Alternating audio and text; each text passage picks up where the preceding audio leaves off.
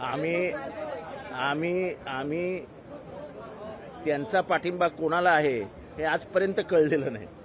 त्यामुळे क्लेम करायला काय ते कोणाबरोबरच नाही तर क्लेम करायला हरकत नाही म्हणून आम्ही क्लेम केला असेल आम्हाला काय वाटत नाही ते आमच्या बरोबर आहे. काल ते एक महत्त्वपूर्ण बैठक जी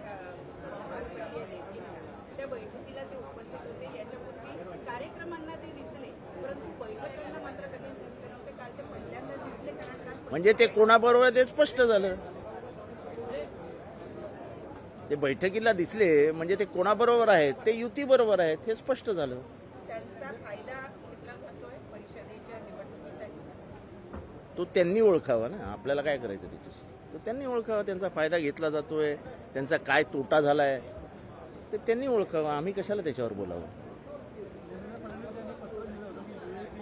ते त्यांच्या पत्राची आठवण तुम्ही त्यांना करा. आम्हाला काय करायचं कोण कोणाबरोबर असतंय. आम्ही आमची मतं जुळवण्यात मशगूल आहोत. ते त्यांचं काम करतायत, आम्ही आमचं काम करतोय. आम्हाला काय करायचं कोण कोणाबरोबर बसले. आमचा संबंध येतो कुठे. महायुतीच्या सर्व प्रवक्त्यांना आता ताकीद देण्यात आली की महायुतीमध्ये तेढ निर्माण होईल अशी वक्तव्य कोणी करू नका अन्यथा पक्षातून हकालपट्टी करण्यात. चांगलंय. कोणाची हकालपट्टी करतात ते बघूया आपण. हाथरसमध्ये जे झालं 120 जणांनी त्यामध्ये झाला आणि जो बाबा होता तो आता फरार झालेला आहे. काय वाटतं अशा घटनांची वाढ होते. 160 जणांचं 160 तिथे एकही पाण्याचा टँकर नव्हता, एकही अँब्युलन्स नव्हती. एवढी गर्दी एकत्र येते. आपल्या पनवेलमध्येही ते झालं होतं. म्हणजे शासनाने दुर्लक्ष करावं तर किती करावं. शासनाला गांभीर्यच नाही. मृत्यू हा चला झाले 200 गेले काय फरक पडला अशी जर भूमिका असेल तर दुर्दैव आहे मानवी जीवनाचं. माणुसकीच उरलेली नाही. कोणी मेला काय आणि जगाला काय आपल्याला काय फरक पडतो. आता ते भुशी डॅम मध्ये 6 जण वाहून गेले. अनेक वेळा अनेकांनी सांगितलं की त्याला बाउंड्री मारा, त्या तिथेच कोणाला जाऊ देऊ नका. सरकारला काय म्हणजे पावसाळा झाला की भुशी डॅम संपला, विषयच संपला. तो दुसऱ्या वर्षी येतो 4-5 मेले की. मानवी जीवनाला काय किंमतच द्यायची नाही असं सगळ्याच सरकारांनी ठरवलंय.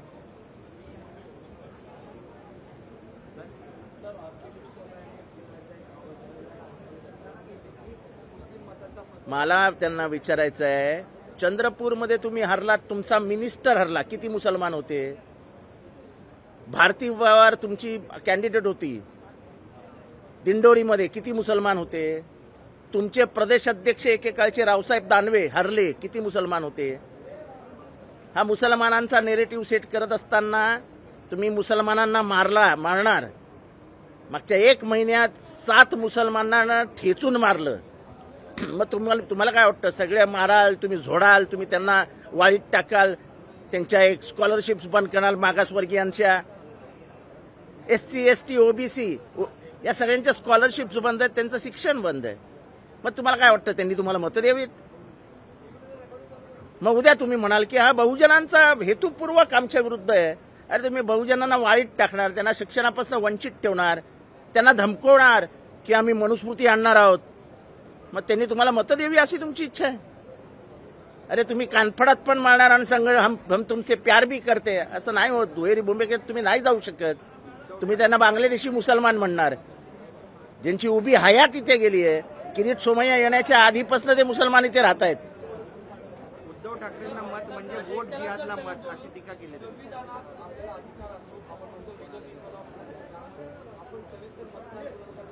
नाही पण तो त्यांचा अधिकार आहे ना.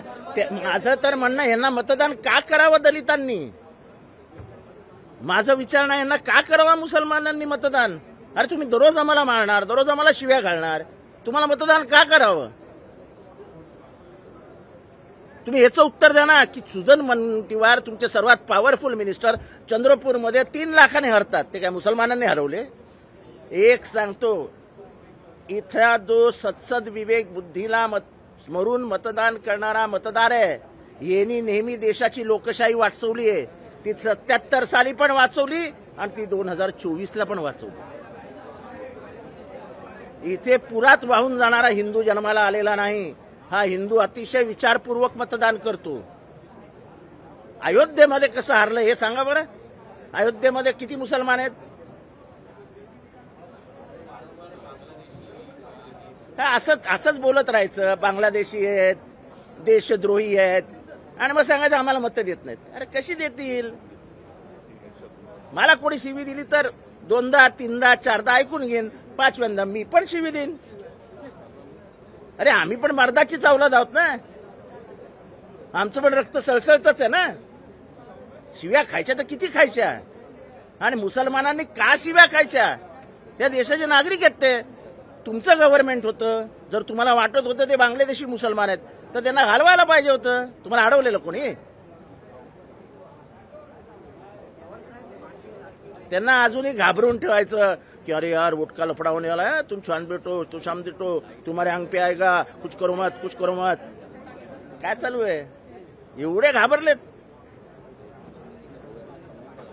म्हणजे हे सगळं अर्थसंकल्पना यांचं बोलणं सगळं बघितलं ना की मरता क्या नाही करता आठवतं. एक म्हण आहे, मरता क्या नाही करता. तसं झालं यांचं. प्रचंड घबराट राहुल गांधीच्या भाषणामुळे, एकंदर वातावरणामुळे एवढे घाबरलेत की काही करतायत.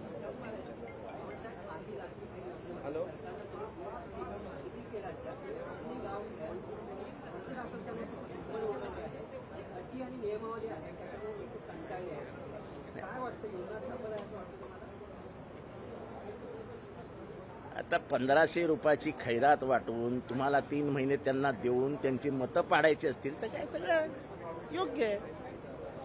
आम्ही तर 8,500 रुपये देणार होतो. 8,500. आणि आम्ही पुढच्या सरकारमध्ये येऊ तर आम्ही परत एकदा सांगतो की आम्ही 8,500 देऊ. 1500 रुपयात होतं काय? महागाई 5 वर्षात 200 पटीने वाढली आहे. 200 पटीने. काय होणार आहे 1500 रुपयात? एक वेळचं महिन्याभरचं किराणा माल सुद्धा येत नाही 1,500 रुपयात. लोकशाही मराठी ऐका, पहा, जागरूक रहा.